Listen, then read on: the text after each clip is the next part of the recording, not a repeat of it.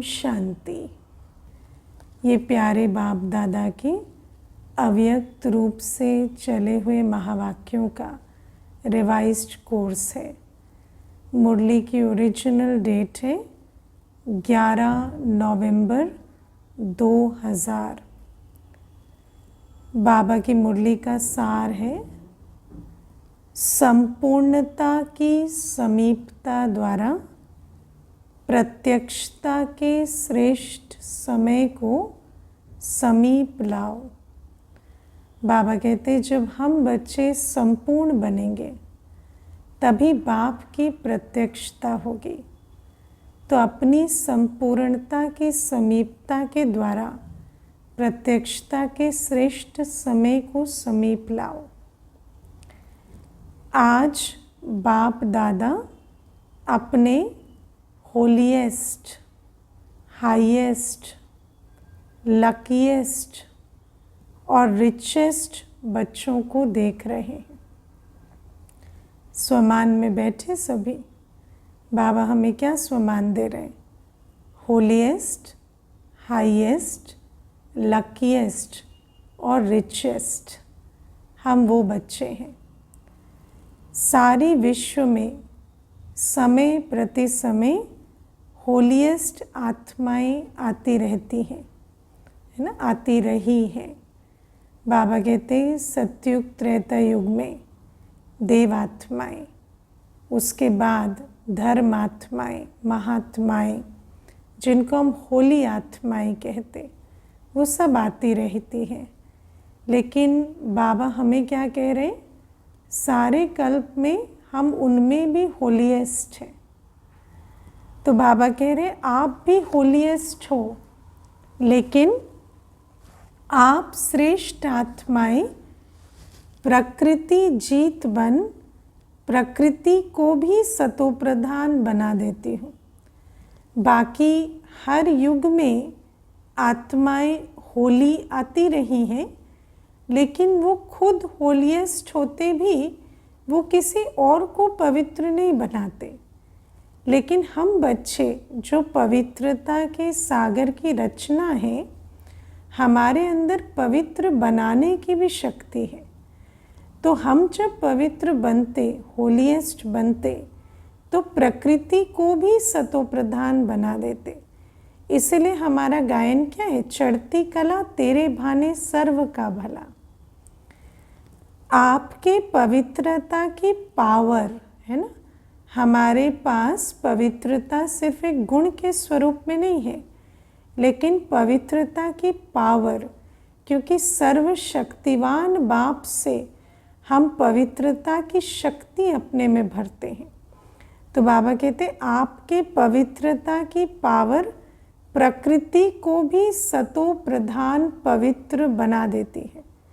इसीलिए आप सभी आत्माएं प्रकृति का ये शरीर भी पवित्र प्राप्त करती हो। बाबा कहते क्योंकि इस समय हम पवित्रता के सागर से पवित्रता की शक्ति अपने में भर प्रकृति को भी सतोप्रधान बनाते हैं। इसलिए वही सतोप्रधान प्रकृति हमें एक पवित्र शरीर सतयुगी सृष्टि में गिफ्ट के रूप में देती है। तो बाबा कहते आत्मा भी पवित्र, शरीर भी पवित्र और प्रकृति के साधन भी सतो प्रधान पावन होते हैं। इसीलिए विश्व में आप होलीएस्ट आत्माएं हो। स्वर्ग में क्या होगा? आत्मा भी पवित्र, प्रकृति भी पवित्र और प्रकृति के साधन भी सतो प्रधान, है ना। शरीर भी पवित्र और पांचों तत्व भी सतो प्रधान। तो ऐसे होलीएस्ट आत्मा बनते हो जो हमारे आसपास सब कुछ हम पवित्र ही डिजर्व करते। होलीएस्ट हो, बाबा कहते अपने को समझते हो कि हम विश्व की होलीएस्ट आत्माएं हैं। हाईएस्ट भी हो।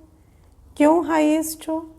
क्योंकि ऊंचे ते ऊंचे भगवान को पहचान लिया, है ना। हाईएस्ट क्यों?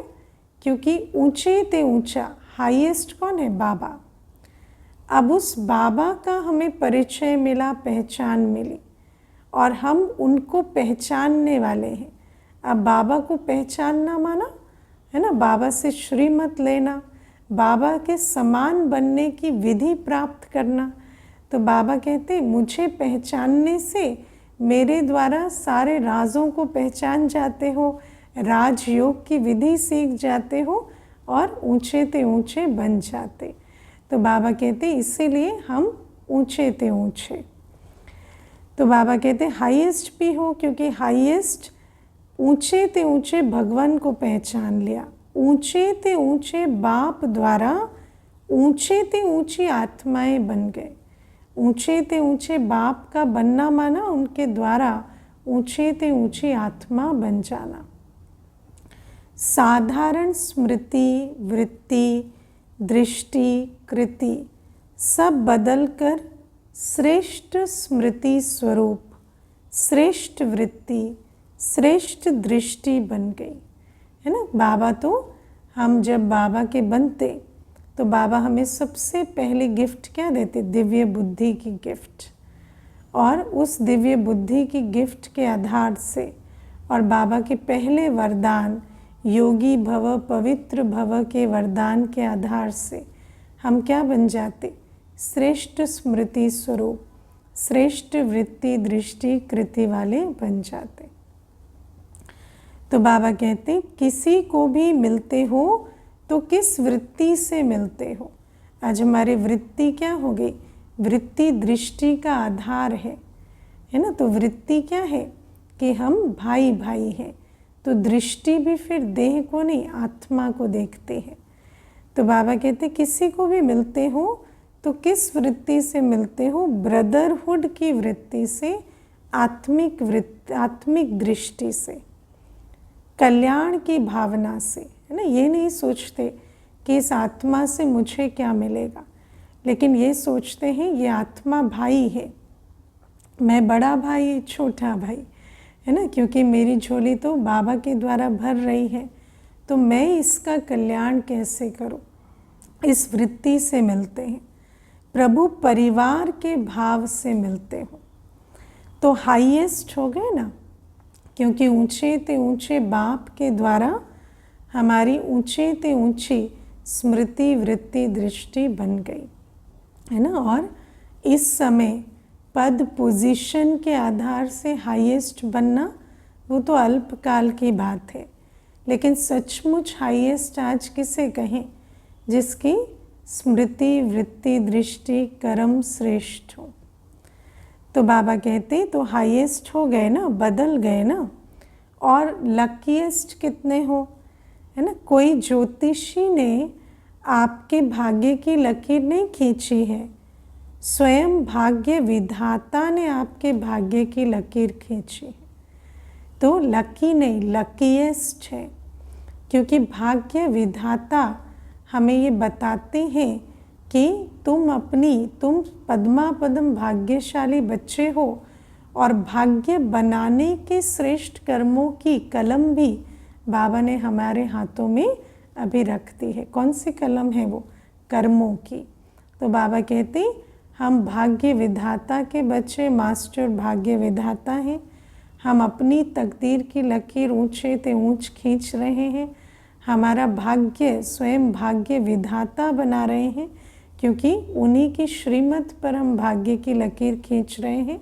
तो हमारे जैसा लक किसी का नहीं। और गारंटी कितनी बड़ी दी है बाबा ने कि 21 जन्मों के तकदीर की लकीर के अविनाशी की गारंटी ली है। बाबा कहते इस समय जो तुम कर्मों की कलम चलाकर लकीर खींचेंगे भाग्य की, तो 21 जन्मों तक वो भाग्य अविनाशी रहेगा, कोई छीन नहीं सकता, कोई लूट नहीं सकता। एक जन्म की नहीं, 21 जन्म कभी दुख और अशांति की अनुभूति नहीं होगी, सदा सुखी रहेंगे। 3 बातें जीवन में चाहिए। बाबा कहते 3 बातें जीवन में चाहिए, हेल्थ, वेल्थ और हैप्पी है ना। तकदीरवान जब कहते हैं कि इनकी तकदीर बहुत अच्छी है, तो मुख्य क्या देखा जाता है, हेल्थ, वेल्थ और हैप्पीनेस।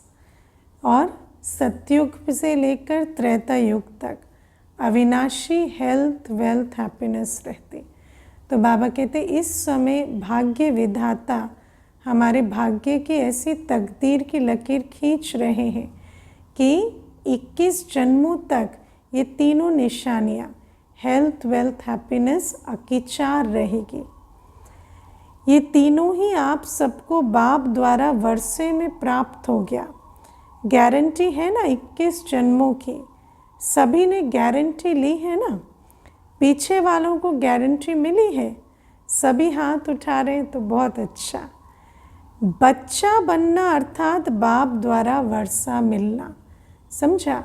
बाबा वर्षा देने आए हैं, लेकिन वर्षा किससे मिलता है? जो बच्चा बनता है ना। तो बाबा कहते बच्चा बनना अर्थात लकीएस्ट ही लकीएस्ट, क्योंकि बच्चा बनना माना भाग्य विधाता का बच्चा माना भाग्य का सितारा तो ऊंचे ते ऊंचा चमकता है। अब बाबा पूछ रहे हैं बच्चा बन नहीं रहे हो। कितना सुंदर बाबा बात कहते, बच्चा बन नहीं रहे हो, बन रहे हो क्या? बच्चे बन रहे हो या बन गए हो?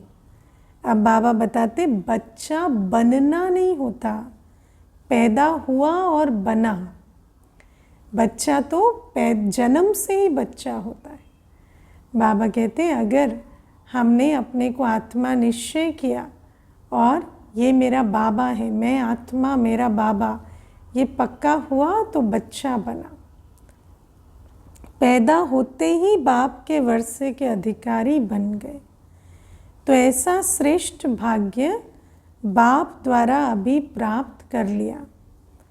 और फिर चौथी रिचेस्ट, और फिर रिचेस्ट भी हो।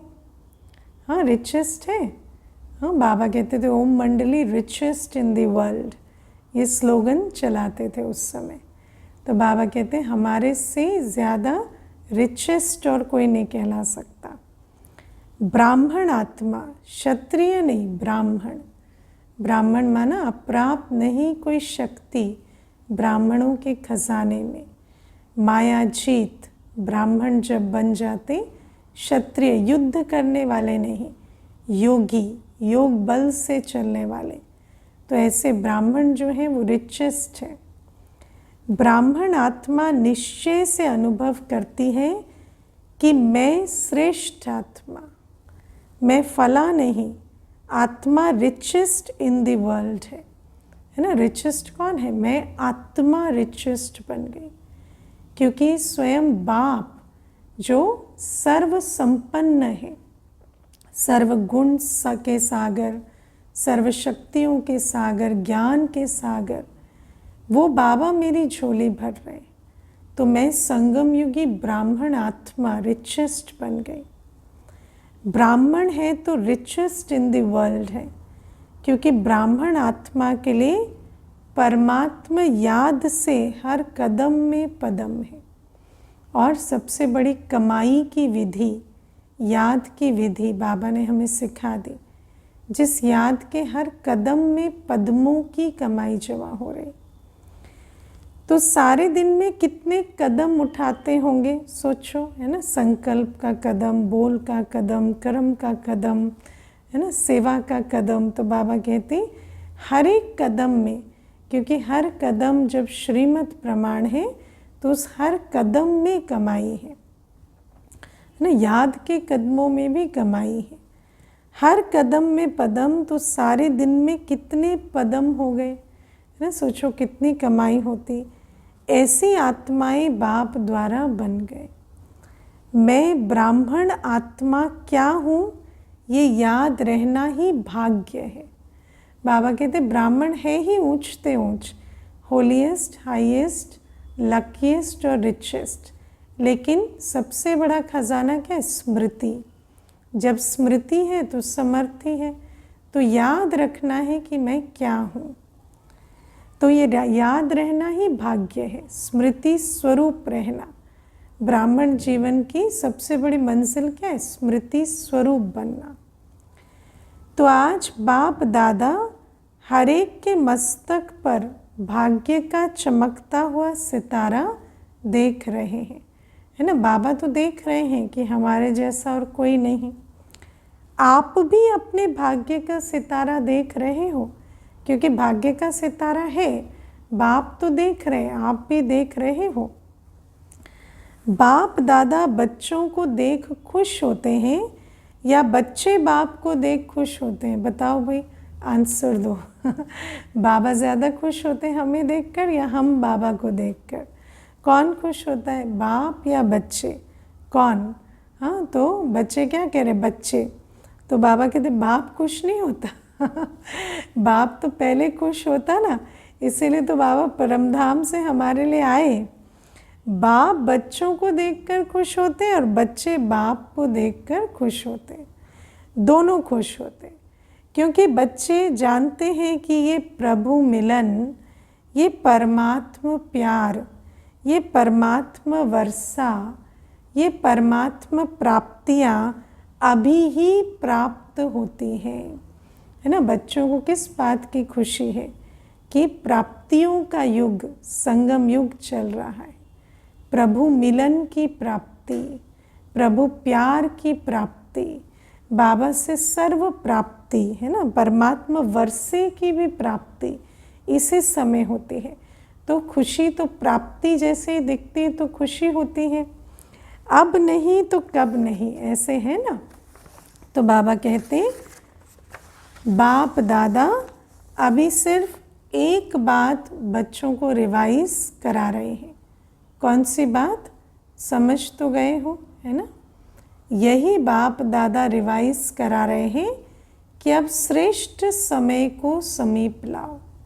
और बाबा ने हमें कहा है ना, तुम समय का इंतज़ार करने वाले नहीं, तुम समय के भी रचयिता हो और तुम अपनी स्थिति से समय को समीप लाते हो। जैसे जैसे ब्राह्मण आत्मा संपूर्णता की स्थिति में स्थित होंगे तो समाप्ति का समय या परिवर्तन का समय या नई दुनिया का समय नज़दीक आएगा। ये विश्व की आत्माओं का आवाज़ है ना। हर आत्मा आज दिल से क्या चाहती है कि दुनिया बदले, परिवर्तन हो। तो बाबा कहते हैं और वो परिवर्तन का समय हमारी संपूर्णता का इंतज़ार कर रहा है। लेकिन लाने वाले कौन हैं? आप हो या और कोई है? बाबा कहते सब तो आपका इंतज़ार कर रहे हैं, आप किसका कर रहे हो? ऐसे सुहावने श्रेष्ठ समय को समीप लाने वाले आप सभी हो ना।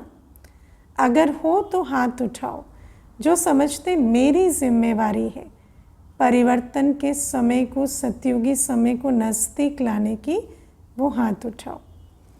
हाँ, उठाया हाथ सभी ने। तो देखें किन्होंने हाथ उठाया। हाँ, तो बाबा कहते अच्छा। फिर दूसरी बात भी है, वो भी समझ गए हो तब हंस रहे हो। अच्छा, उसकी तारीख कौन सी है? डेट तो फिक्स करो ना, क्योंकि कलयुग समाप्त होगा तब तो सतयुग नज़दीक आएगा। अभी डेट फिक्स की ना कि फॉरेनर्स का टर्न होना है, तो ये डेट तो फिक्स कर ली, है ना। हर चीज़ की डेट तो फिक्स करनी पड़ती है, बिना डेट फिक्स किए तो प्रोग्राम आगे नहीं बढ़ता।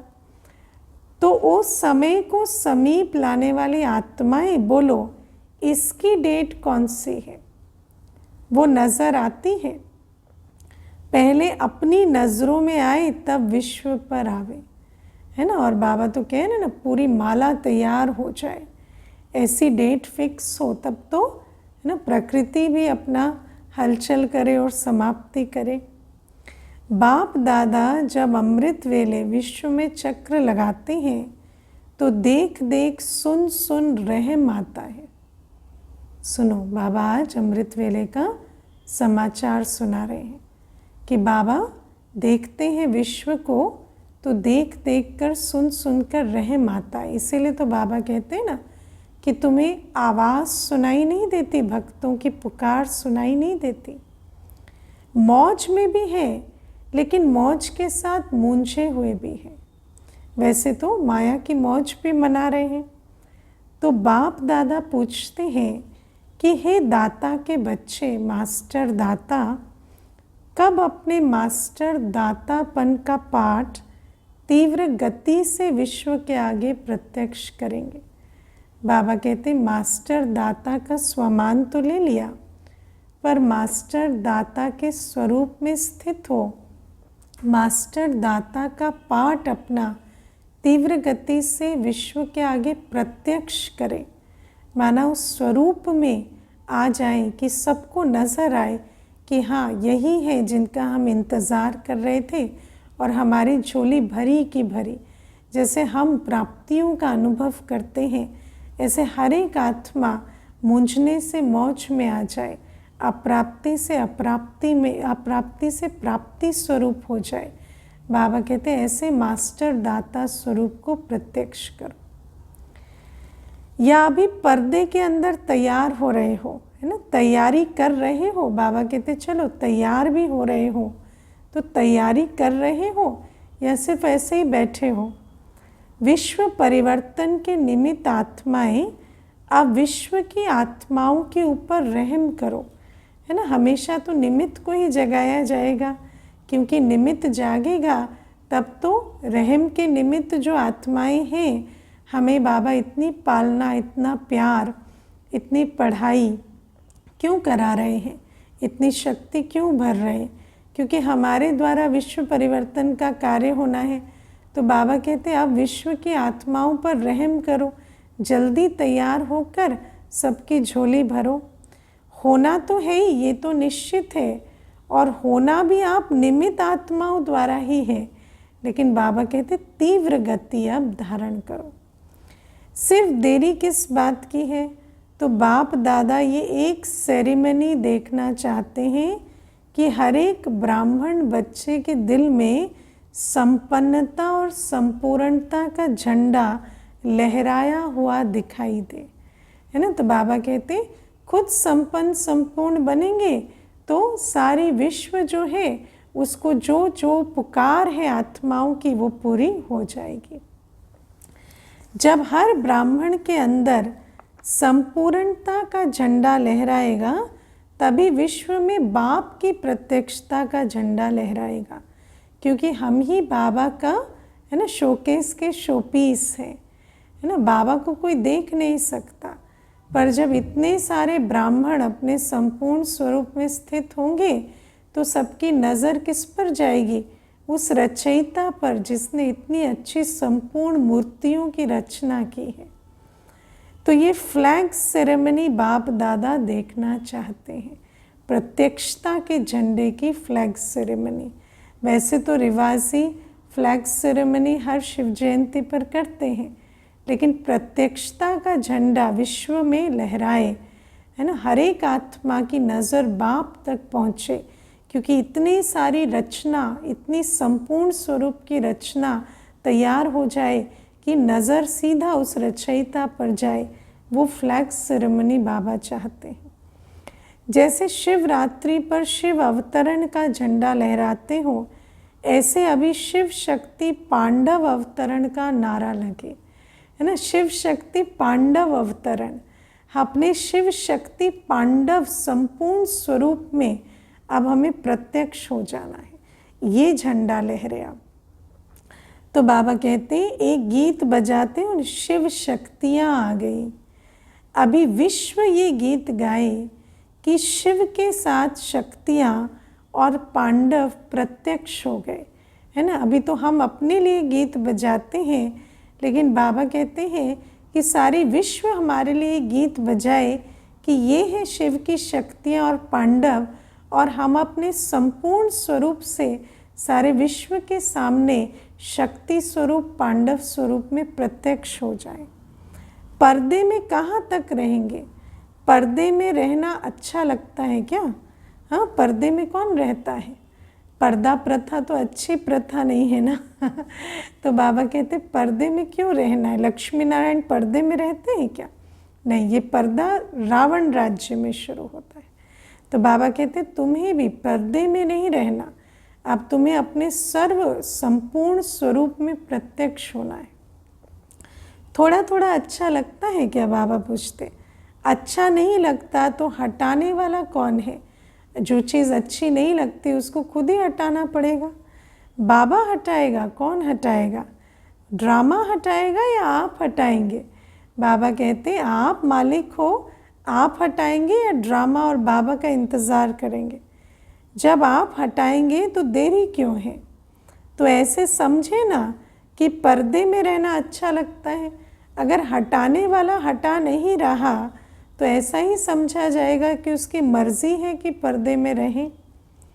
बस बाप दादा की अभी सिर्फ एक ही ये श्रेष्ठ आशा है, सब गीत गाएं, वाह आ गए आ गए आ गए, है ना। पहले शिव शक्ति पांडव सेना के लिए गाएं, फिर बाप के लिए गाएं, क्योंकि जब हम प्रत्यक्ष होंगे तो बाबा भी प्रत्यक्ष हो जाएगा। बाप अपने बच्चों के द्वारा ही प्रत्यक्ष होगा। दुनिया में भी देखो, कोई बच्चा बहुत अच्छा तैयार होता है, नामी ग्रामी बनता है, तो उसके माता पिता को भी पहचान मिलती है। तो बाबा कहते मैं तो गुप्त हूँ, मेरी प्रत्यक्षता तो बच्चों के द्वारा होगी। हो सकता है, देखो दादियाँ सभी कहती हो सकता है, फिर क्यों नहीं होता? कारण क्या है? जब सभी ऐसे ऐसे कर रहे हैं, सभी हाँ कर रहे हैं, फिर कारण क्या है? तो सभी संपन्न नहीं बने हैं, कारण सुना भी रहे बच्चे। अब क्यों नहीं बने हैं? डेट बताओ ना। जब डेट ही फिक्स नहीं करेंगे, कोई प्लान ही नहीं है, तो संपन्न बनेंगे कैसे? डेट तो बाबा आप बताएंगे, बच्चे कहते हैं। तो बाबा क्या कह रहे हैं? डेट बताएंगे तो बनोगे ना, फिर मेरी बताई डेट पर। लेकिन बाबा ने क्या कहा था कि मैं कब नहीं बताता, मैं तो कहता हूँ अब। मैं डेट बताऊंगा तो कहूँगा आज ही, है ना। बाप दादा का महामंत्र याद है? बाप दादा क्या कहते? कब नहीं, अब। दादी जी कह रही हैं बाबा फाइनल डेट आप ही बताओ, क्योंकि दादी भी युक्ति लगा रही है, क्योंकि बाबा जो डेट बता देंगे तो हर बच्चा फिर उसे मानेगा। अच्छा, बाप दादा जो डेट बताएगा उसमें अपने को मोल्ड करके निभाएंगे, पांडव निभाएंगे? हाँ, पूछ रहे हैं बाबा। पहले देखो, क्योंकि बाबा कहते मैं डेट बताऊँ तुम अवज्ञा करो, फिर उसका भी बोझ चढ़ेगा, तो इसीलिए निभाओगे ना, मुझसे डेट मांग रहे हो। क्योंकि देखो कई बार हम कहते हैं हमें बताओ, लेकिन अगर बताए पर फिर चले ना तो अवज्ञा का भी बोझ चढ़ता है। तो बाबा पहले से ही पूछ रहे हैं अवज्ञा तो नहीं करेंगे फिर? पक्का? अगर नीचे ऊपर किया तो क्या करना पड़ेगा? फिर बाबा कहते पहले से ही बता दो, फिर क्या करूँगा अगर नीचे ऊपर किया तो? आप डेट देंगे तो कोई नीचे ऊपर नहीं करेगा, है ना। दादी बता रहे, मुबारक हो, अच्छा है। अभी डेट बताते हैं, देखना। देखो बाप दादा फिर भी रहम दिल है, तो बाप दादा डेट बताते हैं, अटेंशन से सुनना। बाप दादा सब बच्चों से ये श्रेष्ठ भावना रखते हैं, आशा रखते हैं, कम से कम 6 मास में। 6 मास कब तक पूरा होगा? अभी आप भी सब नोट कर लो, हमारे लिए भी ये डेट है कि अब से, आज की तारीख से 6 मास तक।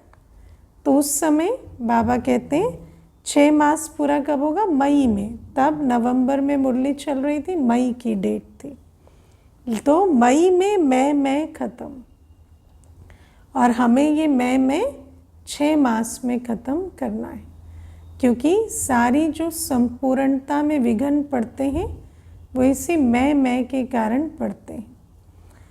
बाप दादा फिर भी मार्जिन देते हैं कि कम से कम इन 6 मास में जो बाप दादा ने पहले भी सुनाया है और अगले सीज़न में भी काम दिया था कि अपने को जीवन मुक्त स्थिति के अनुभव में लाओ।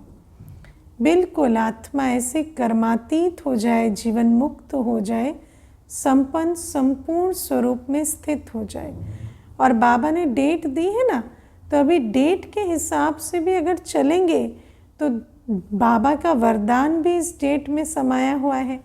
तो ज़रूर है 6 मास का लक्ष्य रखेंगे तो जीवन मुक्त बनेंगे।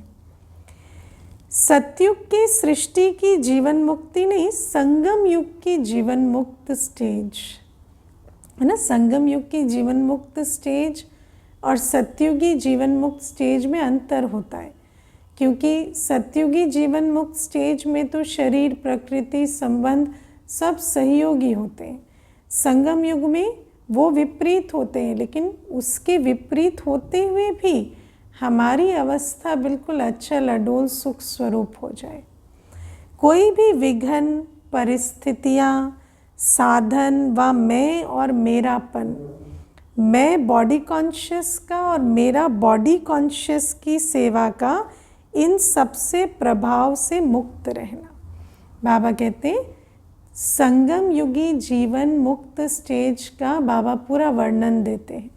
क्या वर्णन है कि परिस्थितियाँ होंगी, विघ्न होंगे और दुनिया में मैंपन बॉडी कॉन्शियस का और सेवा में भी मेरापन बॉडी कॉन्शियस रूप का हर प्रकार का आता है, लेकिन उन सब के रहते भी हम बिल्कुल उससे न्यारे है ना। बाबा कहते इनके प्रभाव से मुक्त रहना, साधनों के प्रभाव से भी मुक्त रहना, क्योंकि माया साधन के रूप में भी आने लगी है।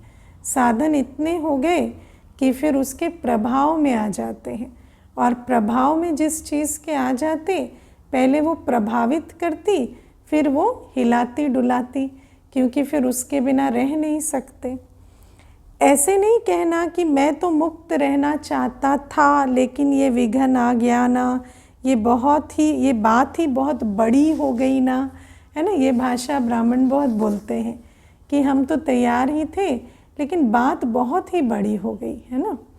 छोटी बात तो चल जाती है, ये बहुत बड़ी बात थी। बाबा तो सारी है ना ब्राह्मण बच्चों की बातें सुनते हैं, तो बाबा हमारी भाषा बता रहे हैं कि ये बहुत बड़ी बात थी, ये बहुत बड़ा पेपर था, बड़ा विघ्न था, बड़ी परिस्थिति थी। अब बाबा कहते कितनी भी बड़ी परिस्थिति, विघ्न, साधनों की आकर्षण सामना करे, है ना। बहुत साधन उपलब्ध हो जाए, बड़ी से बड़ी परिस्थिति या विघ्न आ जाए, सामना करेगी, ये पहले ही बता देते हैं। लेकिन कम से कम 6 मास में 75% मुक्त हो सकते हो। सुना बाबा और भी आज जैसे सॉफ्ट हो रहे हैं कि 6 मास में ऐसी अवस्था बनाए कि 75% प्रभाव से मुक्त रहे।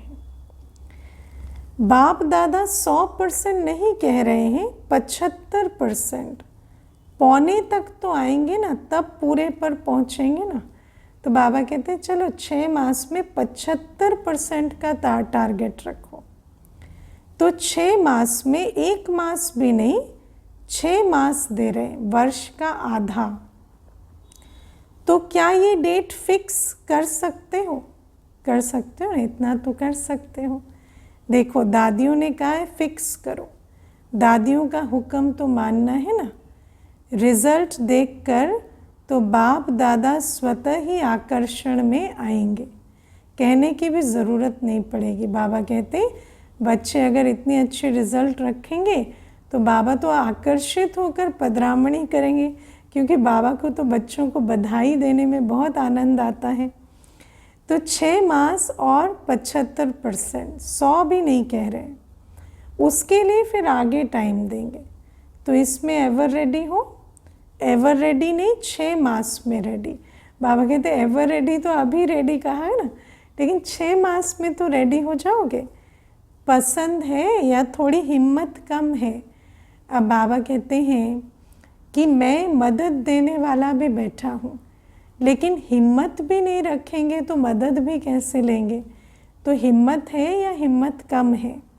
पता नहीं क्या होगा, शेर भी आएगा, बिल्ली भी आएगी, सब आएंगे। बाबा कहते 6 मास में सभी आएंगे पेपर लेने, विघ्न भी आएंगे, परिस्थितियाँ भी आएंगी, साधन भी बढ़ेंगे, लेकिन साधनों के प्रभाव से मुक्त रहना।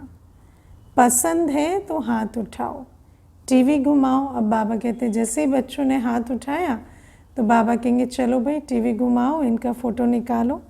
अच्छी तरह से हाथ उठाओ, नीचे नहीं करना, है ना। बाबा कहते हैं अभी थोड़ी देर फ़ोटो निकलने दो, हाथ एकदम से नीचे नहीं करो। अच्छी सीन लग रही है। अच्छा, इन एडवांस मुबारक हो। बाबा कहते हैं अभी हिम्मत की तो मुबारक हो, फिर सफलता की मुबारक फिर देंगे। ये नहीं कहना हमको तो बहुत मरना पड़ेगा। मरना माना सहने को, है ना। भाषा कैसी हो गई है, कलयुगी भाषा, मरना कहते हैं। तो कहते हैं कि हमें ही सहना पड़ेगा, कितनी भी बात आ जाए, अगर हमें अचल डोल रहना है तो बहुत सहना पड़ेगा। मरो या जियो लेकिन बनना है। बाबा कहते तुम मरना है तो मरो भले, लेकिन बनना है। ये मरना मीठा मरना है ना, क्योंकि यही मरना जीवन मुक्त बनाएगा हमें 21 जन्मों के लिए। इस मरने में दुख नहीं होता है, ये मरना अनेकों के कल्याण के लिए मरना है, इसलिए इस मरने में मज़ा है।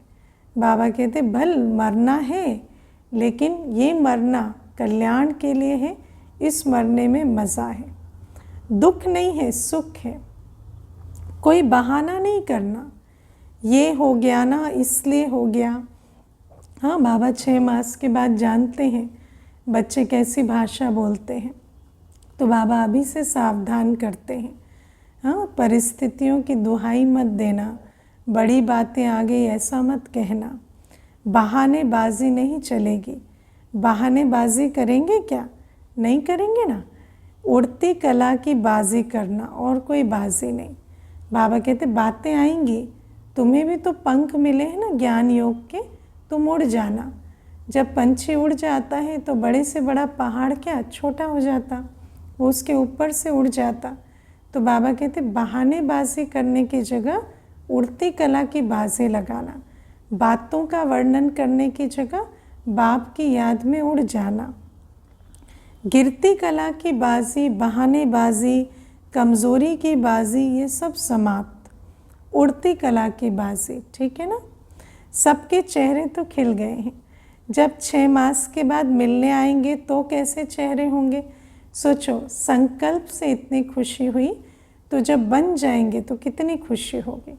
तब भी फ़ोटो निकालेंगे। डबल फॉरेनर्स आए हैं ना, तो डबल प्रतिज्ञा करने का दिन आ गया। अब बाबा कहते एक प्रतिज्ञा तो एक ही, अब डबल फॉरेनर्स से तो डबल प्रतिज्ञा लेंगे। दूसरे किसको नहीं देखना, सी फादर सी ब्रह्मा मदर, है ना। दूसरी प्रतिज्ञा क्या, किसी को भी नहीं देखना है। एक ब्रह्मा बाप को, एक शिव बाप को देखना है। और किसी को देखेंगे तो प्रभाव में आएंगे ना। बाबा हमें कहते हैं देखते हुए भी ना देखो, तो और किसी को इस 6 मास में नहीं देखना। दूसरे करे ना करे, करेंगे तो सभी, फिर भी उनके प्रति भी रहम भाव रखना। आपके हिसाब से आपको लगे भी कि मैं कर रहा हूँ, ये नहीं कर रहा, पर आप रहम रखो, आप उसको नहीं देखो। रहम रखेंगे तो उनको देखने के, उनके बारे में परचिंतन करने के संकल्प से छूटेंगे। रहम भी मुक्ति की विधि है ना, परचिंतन से मुक्त हो जाएंगे। कमज़ोर को शुभ भावना का बल देना, कमज़ोरी नहीं देखना। अपने अंदर रहमदिली इमर्ज करना, उसकी कमज़ोरी को उगारने के बजाय उसको शुभ भावना का बल देकर फुल स्टॉप लगाना। जब भी किसी की कमज़ोरी बुद्धि में आए तो क्या करना है, उसको शुभ भावना दे देनी है। अपने स्वमान में स्थित होना है कि मैं कौन, मैं तो कमज़ोर को बल भरने वाली शिव शक्ति, और बल भरकर और उसकी कमज़ोरी के चिंतन से छूट जाना है। ऐसी आत्माओं को अपने हिम्मत के हाथ से उठाना और ऊंचा करना। हिम्मत का हाथ सदा स्वयं प्रति और सर्व के प्रति उठाते रहना, है ना। कोई अपनी हिम्मत हारे, आप हिम्मत का हाथ, भले वो कहे मुझसे और नहीं होता, मुझे तो नहीं लगता मेरा ऊंचा पद है, पर आप कहो क्यों, हमें तो लगता है कि आपका बहुत ऊंचा पद है है ना। कोई कभी हिम्मत का हाथ सहयोग के रूप में, कभी शुभ बोल के रूप में, कभी उमंग उत्साह बढ़ाने के बोल के रूप में उनको देकर आगे बढ़ाना। हिम्मत का हाथ बहुत शक्तिशाली है, क्योंकि सबसे बड़ी बात क्या होती है, हिम्मत हार जाते हैं। और बाप दादा का वरदान है कि हिम्मत का एक कदम बच्चों का तो 1000 कदम बाप की मदद का। और आत्मा हिम्मत रखे तो मदद से पार हो जाए। तो अगर कोई अपनी हिम्मत छोड़ भी दे तो उसे आप हिम्मत का हाथ देकर आगे बढ़ाओ। निस्वार्थ पुरुषार्थ में पहले मैं, है ना, पहले मैं निस्वार्थ पुरुषार्थ में करना। वैसे तो बाबा कहते मैं मत करना, लेकिन जब पुरुषार्थ की बारी आए तो पहले मैं। निस्वार्थ पुरुषार्थ, स्वार्थ का पुरुषार्थ नहीं, निस्वार्थ पुरुषार्थ। इसमें जो ओटे वो ब्रह्मा बाप समान, क्योंकि कई बार स्वरूप पुरुषार्थ का होता है लेकिन अंदर भावना स्वार्थ की, कंपटीशन की, नीचा दिखाने की बहुत प्रकार की होती है। तो बाबा कहते नहीं, निस्वार्थ पुरुषार्थ में पहले मैं करना। ब्रह्मा बाप से तो प्यार है ना, तब तो ब्रह्मा कुमारी व ब्रह्मा कुमार कहलाते हो ना, है ना। वैसे तो हम शिव बाबा को याद करते हैं, लेकिन ब्रह्मा बाबा से भी हमारा इतना प्यार है कि हम ब्रह्मा कुमार कुमारी कहलाते हैं। सरनेम तो ब्रह्मा बाबा का लगाते हैं। जब चैलेंज करते हो कि सेकंड में जीवन मुक्ति का वर्षा ले लो, तो अभी सेकंड में अपने को मुक्त करने का अटेंशन दो। बाबा कहते हैं ऐसी अवस्था बनाओ कि सेकंड में मुक्त हो जाए, कोई भी बात का क्षण भी प्रभाव ना पड़े। विघ्न हो, परिस्थिति हो, साधन हो, व्यवहार हो, है ना, हम बड़ी से बड़ी बात के भी प्रभाव से सेकंड में मुक्त रहें। अभी समय को समीप लाओ, आपके संपूर्णता की समीपता श्रेष्ठ समय को समीप लाएगी, है ना। आप संपूर्ण तो समय भी समीप आ जाता। मालिक हो ना, राजा हो ना, तो समय भी आपके इंतज़ार में रहता है। स्वराज्य अधिकारी हो ना तो ऑर्डर करो ना, मन बुद्धि को ऑर्डर करो। राजा तो ऑर्डर करता है ना, तो समय को भी ऑर्डर करो। ये नहीं करना है, ये करना है, बस ऑर्डर करो। ऑर्डर करके बाबा की श्रीमत प्रमाण मन बुद्धि को, संस्कार को, सर्व कर्मेंद्रियों को चलाओ, तो फिर प्रकृति भी ऑर्डर मानेगी, क्योंकि ये शरीर प्रकृति से बना है।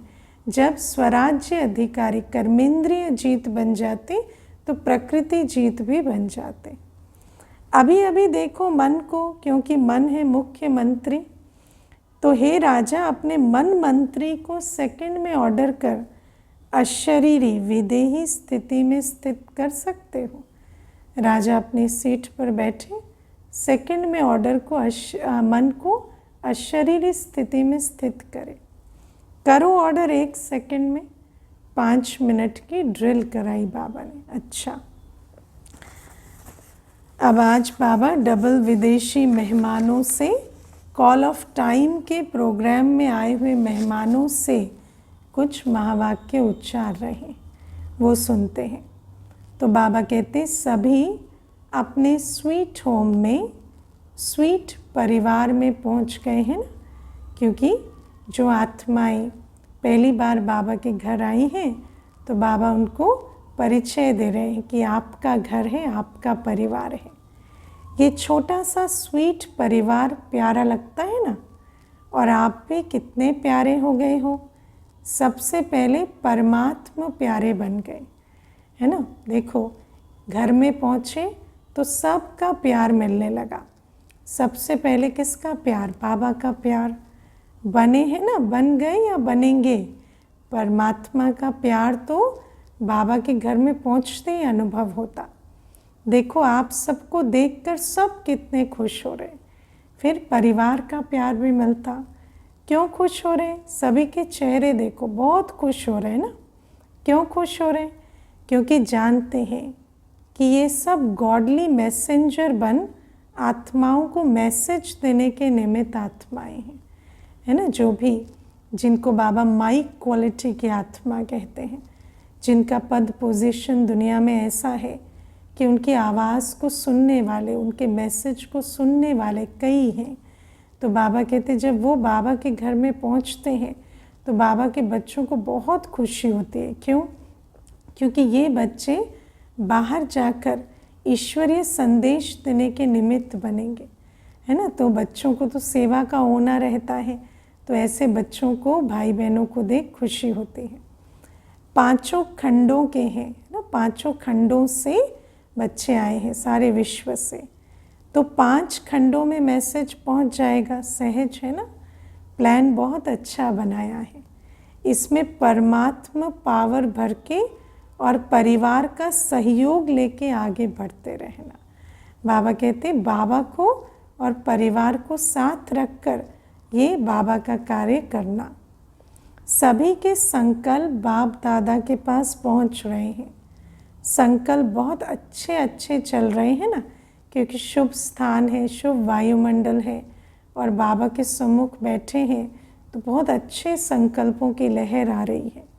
प्लान बन रहे हैं, तो प्लान को प्रैक्टिकल लाने में हिम्मत आपकी और मदद बाप की।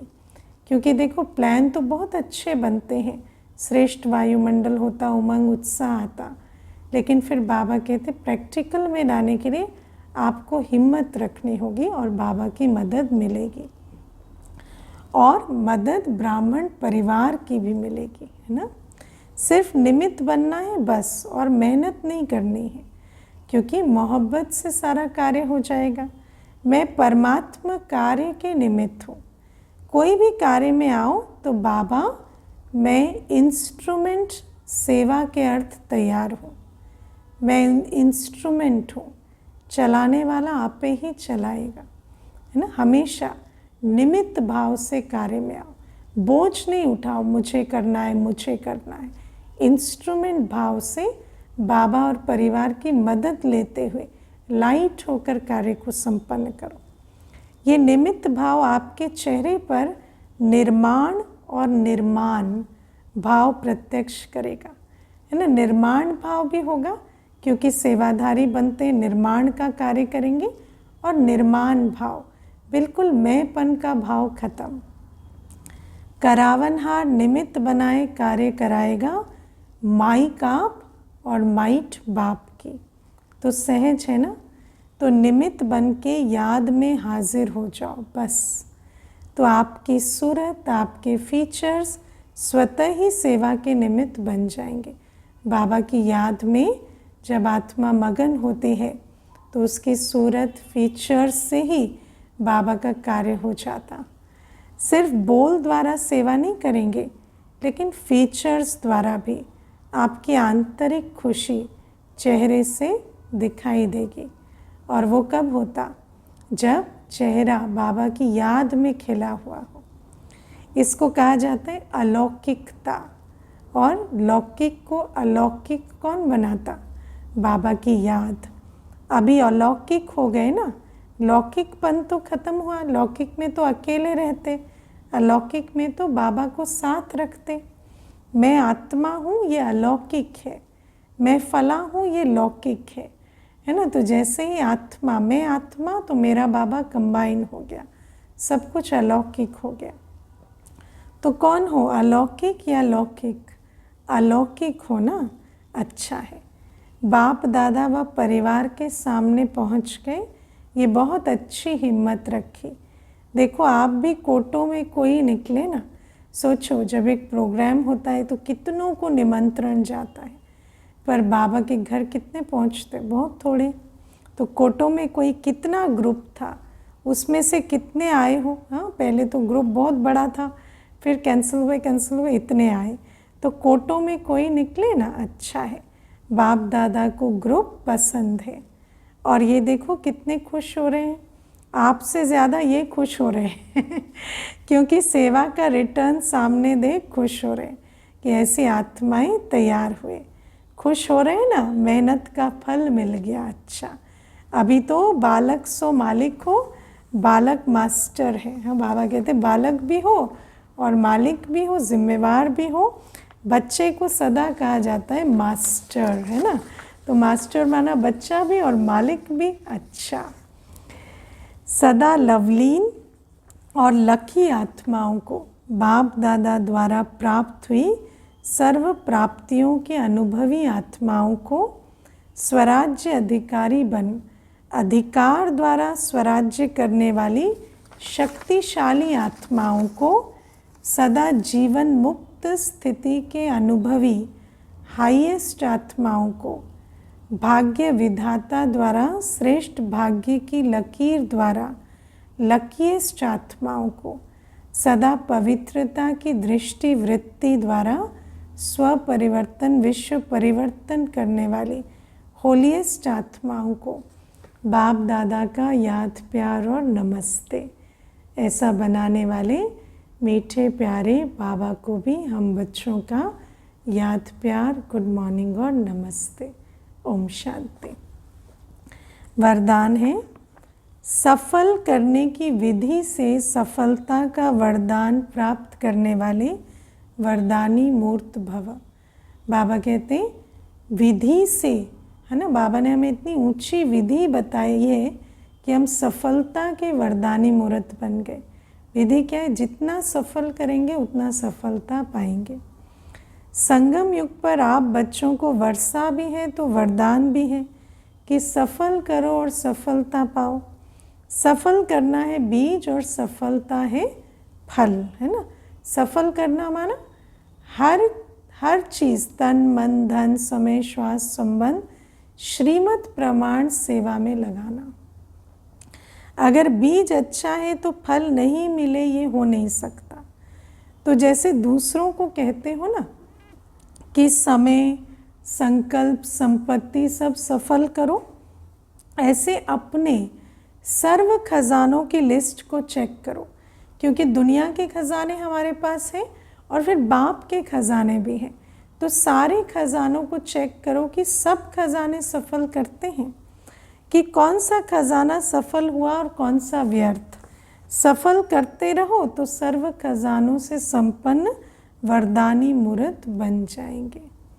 स्लोगन है, परमात्मा अवार्ड लेने के लिए व्यर्थ और नेगेटिव को अवॉइड करो। लेकिन व्यर्थ और नेगेटिव को अवॉइड कैसे करेंगे? जब पॉजिटिव को वेलकम करेंगे, है ना। जब श्रेष्ठ और शुद्ध और सकारात्मक को जब अपने जीवन में लाएंगे, और श्रेष्ठ शुद्ध सकारात्मक क्या है? बाबा की श्रीमत प्रमाण जो है। तो श्रीमत प्रमाण एक एक कदम बढ़ाएंगे तो ऑटोमेटिक व्यर्थ और नेगेटिव अवॉइड होगा और बाबा से अवार्ड लेने लायक बन जाएंगे। अच्छा, अब आज के अव्यक्त इशारे सुनेंगे। 7 जुलाई 2024 के अव्यक्त इशारे। मनसा सेवा करने के लिए सर्व के प्रति सदा ही श्रेष्ठ और निस्वार्थ संकल्प हो, क्योंकि मनसा सेवा संकल्पों से होती है। और अगर मन ही मैला है, क्योंकि किसी के प्रति मैले संकल्प चल रहे हैं, तो फिर उस मन से मनसा सेवा कैसे होगी? तो मनसा सेवा करने के लिए सर्व के प्रति सदा ही श्रेष्ठ और निस्वार्थ संकल्प हो, सदा पर उपकार की भावना हो, अपकारी पर भी उपकार की श्रेष्ठ शक्ति हो, सदा दातापन की भावना हो, सदा स्व परिवर्तन स्व के श्रेष्ठ कर्म द्वारा औरों को श्रेष्ठ कर्म की प्रेरणा देने वाले हो। और ऐसे बच्चे का मन शक्तिशाली और शुद्ध रहता और वही मनसा सेवा कर सकते। अच्छा, ओम शांति।